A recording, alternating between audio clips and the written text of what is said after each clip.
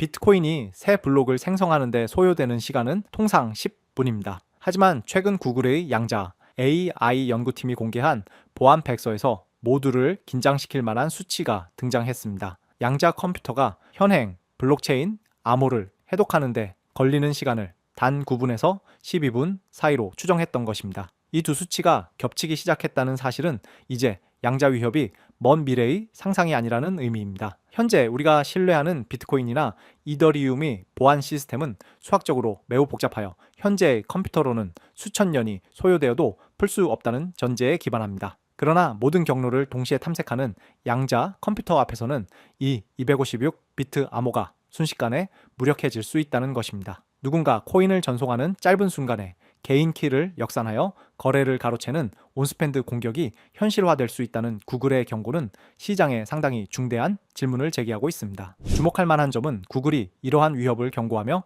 동시에 해결의 단서를 지닌 체인들을 언급했다는 사실입니다. 이에 따라 XRP 레저가 재차 주목을 받고 있습니다. 구글 백서에 의하면 비트코인과 유사한 구조보다 XRP 레저나 이더리움 과 같은 계정 기반 체인이 노출에 더욱 취약할 수 있으나 결정적인 차이는 바로 키 교체 역량에 존재했습니다. 이더리움이나 솔라나의 표준 계정은 보안 문제가 발생했을 때 키를 교체하는 대응력이 미흡한 반면 XRP 레저는 프로토콜 수준에서 키 교체를 적극적으로 지원하고 있습니다. 실제 XRP 레저는 미국 표준기술연구소가 선정한 차세대 양자 내성 알고리즘인 MLDS A 서명을 이미 테스트넷에서 시험하고 있습니다. 단지 안전하다고 주장하는 것이 아니라 문제가 어디에 있는지 명확히 인지하고 가장 먼저 기술적 개선을 착수했다는 점에서 기술적 우위의 척도가 전적으로 변화하고 있는 상황입니다. 기술력만 뛰어나다고 기관 자금이 유입되는 것은 아닙니다. 제도적 언어가 어떻게 변하느냐가 더욱 중요합니다. 지난 3월 17일 공개된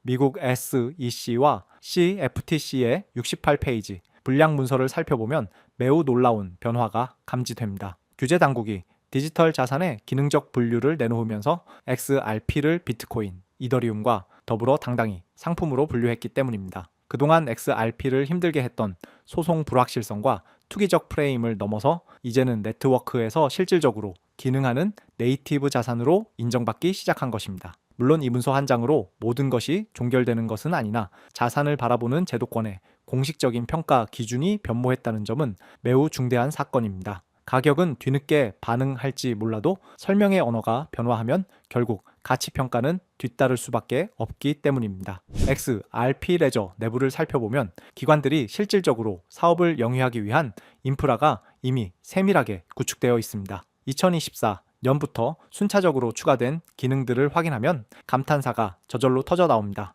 자산을 유연하게 관리하는 MPT 구조부터 온체인상에서 신원과 권한을 검증하는 크레덴셜 기능까지 규제 준수가 핵심인 금융기관들에게는 이보다 더 매력적인 환경이 존재하지 않습니다. 특히 아무나 진입하는 시장이 아닌 자격이 확인된 사람만 거래하는 퍼미션드 덱스 환경은 블록체인의 투명성과 제도권의 보안성을 한꺼번에 확보하려는 노력입니다. 시골 장터가 아닌 월스트리트의 정밀한 거래소를 온체인에 구현하는 과정이라고 이해하시면 되겠습니다. 아직 투표 절차를 남겨둔 기능들도 존재하지만 기관 친화형 토큰화 스택이 상당한 부분 완성 단계에 이르렀다는 점은 명확한 사실입니다. 많은 분들이 스테이블 코인인 RLUSD가 확장되면 XRP의 역할이 축소되는 것 아니냐고 우려하시곤 합니다. 리플의 설계는 오히려 그 반대입니다. RLUSD가 가격의 안정성을 책임진다면 XRP는 유동성을 연결하는 브릿지,